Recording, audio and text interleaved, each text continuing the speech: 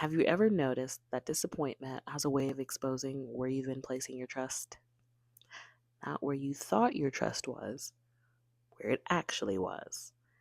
I've been sitting with that thought a lot lately. Disappointment is something we all experience. Sometimes it comes through relationships, sometimes it's work, sometimes it's because you're in leadership, sometimes it's simply life unfolding differently than we expected. And when we're disappointed, our first instinct is usually to react. We want answers. We want closure.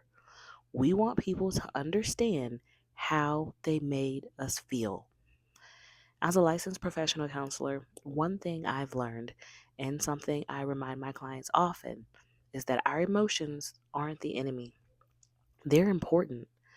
They tell us something, but they don't have to make our decisions for us. There's a difference between acknowledging an emotion and allowing that emotion to take the driver's seat. I've had to remind myself that recently quite a bit because disappointment has a way of making our emotions louder than our wisdom. When we're hurt, it's easy to assume the worst. It's easy to send that text, make that phone call, or make a decision that feels good in the moment but doesn't actually move us toward healing. All of those things are a lot easier than just walking away or taking a moment to think. That's why I've been slowing myself down instead of speeding myself up. And one of the places that I've found myself slowing down is in scripture. There's a verse in Micah that's been sitting with me. But as for me, I will keep on the lookout for Jehovah. I will show an attitude of waiting for the God of my salvation. My God will hear me.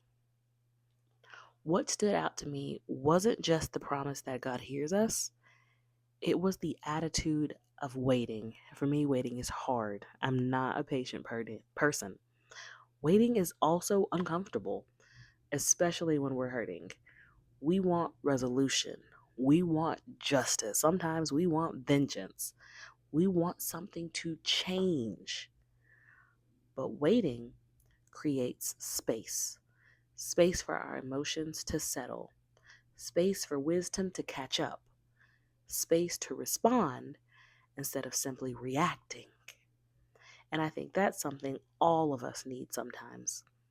Whether your source of wisdom is scripture like mine is, or whether today is simply serving as a reminder to pause before making your next decision.